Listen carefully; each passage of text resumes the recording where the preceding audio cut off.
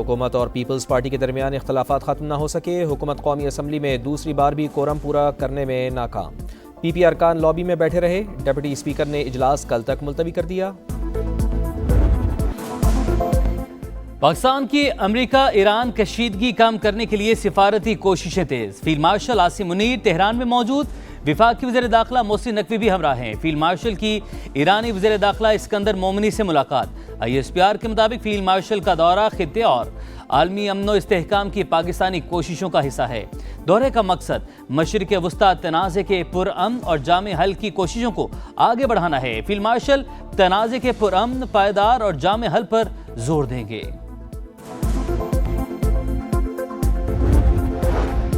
Field marshal کا دورہ پائیدار استحکام کے لیے پاکستان کی کوششوں کا تسلسل، دو طرفہ تعلقات اور سیکیورٹی معاملات پر بات ہوگی۔ ترجمان ایرانی وزیر خارجہ اسماعیل بقائی کی بریفنگ، کہا پاکستان خطے میں کشیدگی کے خاتمے کے لیے اقدامات کر رہا ہے۔ تہران اور اسلام آباد کے تعلقات بلند ترین سطح پر ہیں۔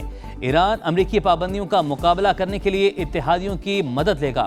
اسماعیل بقائی نے بتایا ایران کو مکہ معاہدے کی باضابطہ دعوت نہیں ملی، تہران ہر قسم کی جارحیت کے مقابلے کے لیے تیار ہے، امریکہ کو جنگ ختم کرنے کی شرائط طے کرنے کی اجازت نہیں دیں گے۔ امریکہ کا ایران کے خلاف اکنامک ڈی ڈے کا اعلان، اقتصادی جنگ کا آج سے آغاز۔ امریکی وزیر خزانہ اسکاٹ بیسنٹ کہتے ہیں تہران کی فوج صلاحیت اور جوہری پروگرام ختم کر دیا، اب فیصلہ کن مرحلے میں داخل ہو رہے ہیں، ایران کو سہارا دینے والے ہر معاشی راستے کو بند کر دیں گے، معاون ممالک بھی زد میں آئیں گے۔ نائب صدر JD وینس کہتے ہیں تہران سے نمٹنے کے لیے متعدد آپشن موجود ہیں، تجارتی نقصان کی قیمت وصول کریں گے۔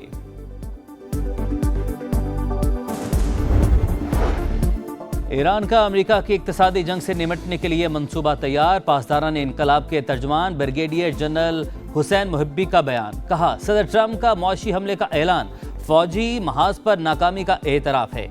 چیف ایرانی قومی سلامتی کونسل میجر جنرل محسن رضائی نے کہا معاشی جنگ میں کسی بھی ملک کی حمایت کو جنگ اقدام تصور کیا جائے گا، اقتصادی جنگ جاری رہی تو ایران خلیج سے تیل کی تمام برآمدات روک دے گا۔ نائب وزیر خارجہ قاسم غریب آبادی نے سوال کیا، مسٹر بیسنٹ آپ کہتے ہیں ایران کی فوجی صلاحیت ختم کر دی تو آپ کو معاشی جنگ کی ضرورت کیوں پیش آئی؟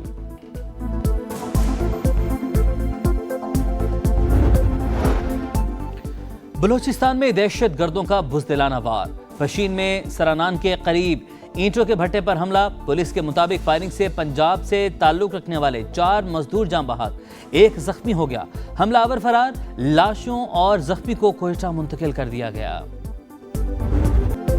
میر رضا کیس تحقیقات کے لیے جوڈیشل کمیشن قائم، chief justice Sindh high court نے جسٹس عمر سیال کو کمیشن کا سربراہ نامزد کر دیا۔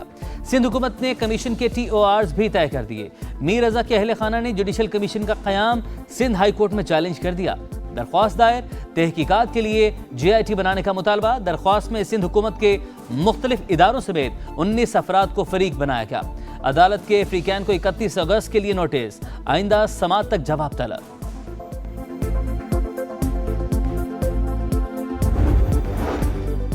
میر رضا کے والدین کی شکایت تھی کہ پولیس کیس کو خودکشی کی طرف لے جا رہی ہے، ورثاء کو مطمئن کرنا حکومت کی اولین ترجیح ہے۔ میئر کراچی مرتضی وہاب کی گفتگو، کہا جوڈیشل کمیشن کی فائنڈنگز کے بعد چیزیں کلیئر ہو جائیں گی۔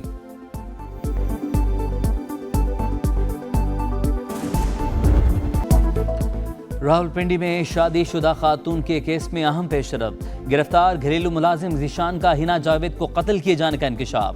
تفتیش کے دوران قتل سے متعلق 3 مختلف بیانات، ذرائع کے مطابق ایک بیان میں مقتولہ کے شوہر فیصل کو قاتل قرار دیا، دوسرے بیان میں جرم میں قاتل کی معاونت کا اعتراف، تیسرے بیان میں ہنا جاوید کو اکیلے ہی قتل کرنے کا بتایا۔ پوسٹ مارٹم رپورٹ میں خاتون پر بدترین تشدد ثابت، لیکن موت کی وجہ کا واضح تعین نہیں کیا جا سکا۔ رپورٹ کے مطابق گردن کی ہڈی ٹوٹی ہوئی تھی، پسلیوں اور کولہے کی ہڈی پر زخم کے نشانات ملے۔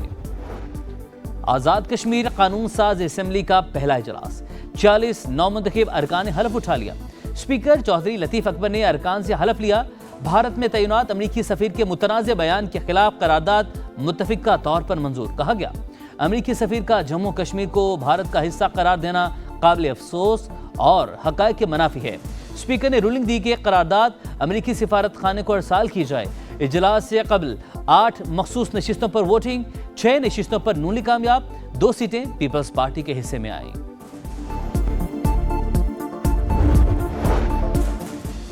پاکستان کے معاشی استحکام کا عالمی سطح پر اعتراف۔ موڈیز نے پاکستان کی ریٹنگ اپ گریڈ کر دی۔ پاکستان کی ریٹنگ CAA1 سے اپ گریڈ کر کے B3 کر دی۔ موڈیز نے پاکستان کا معاشی آؤٹ لک مستحکم برقرار رکھا۔ ماہرین کا کہنا ہے ریٹنگ میں بہتری سے پاکستان انٹرنیشنل مارکیٹ سے سستا قرض آسان شرائط پر حاصل کر سکے گا۔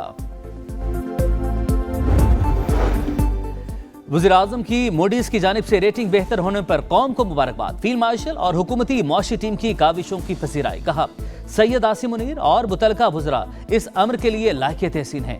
پاکستان کی معیشت استحکام کی جانب گامزن ہے۔ بین الاقوامی اداروں کی جانب سے ریٹنگ میں بہتری اس کا واضح ثبوت ہے۔ ہماری منزل پاکستان کو ایک مضبوط، خود کفیل اور پائیدار معیشت بنانا ہے۔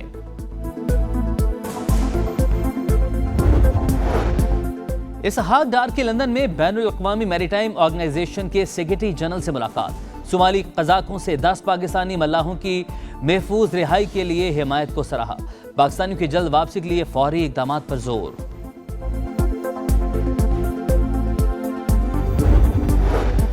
بانی PTI کے اسپتال منتقلی کے فیصلے کے خلاف حکومت کی نظر ثانی درخواست کو نمبر الاٹ۔ سپریم کورٹ میں سماعت کے لیے مقرر کرنے کا عمل شروع۔ نظر ثانی درخواست کب مقرر ہوگی، فیصلہ چیف جسٹس آف پاکستان کریں گے۔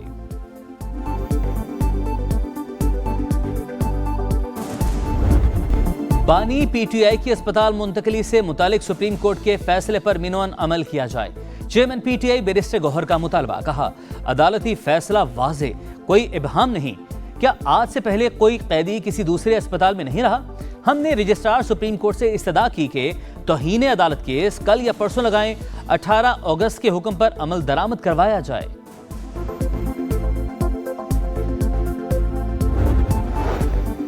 وزیراعظم شہباز شریف سے وزیر اعلیٰ مراد علی شاہ کی ملاقات۔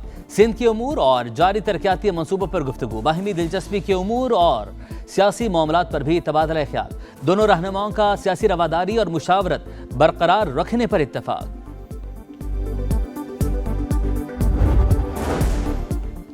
شوگر مافیا کی عوام سے لوٹ مار بے نقاب۔ چینی برآمد کرنے کے لیے شوگر ایڈوائزری بورڈ کو غلط اعداد و شمار دینے کا انکشاف۔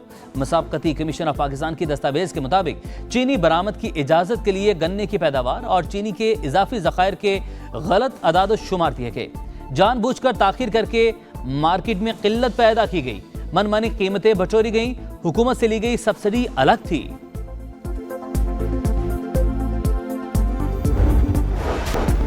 دیامر کی نیاٹ ویلی میں گلیشیئرز میں خطرناک دراڑیں۔ گلیشیئر پھٹنے سے مقامی آبادی کو بڑے نقصان کا خدشہ۔ گزشتہ روز گلیشیئر کا کچھ حصہ پھٹنے اور سیلابی ریلے کے باعث نقصانات۔ مصنوعی جھیل بن گئی، علاقہ مکین خوف و ہراس کا شکار۔ آبادی کی حفاظت کے لیے فوری اقدامات کا مطالبہ۔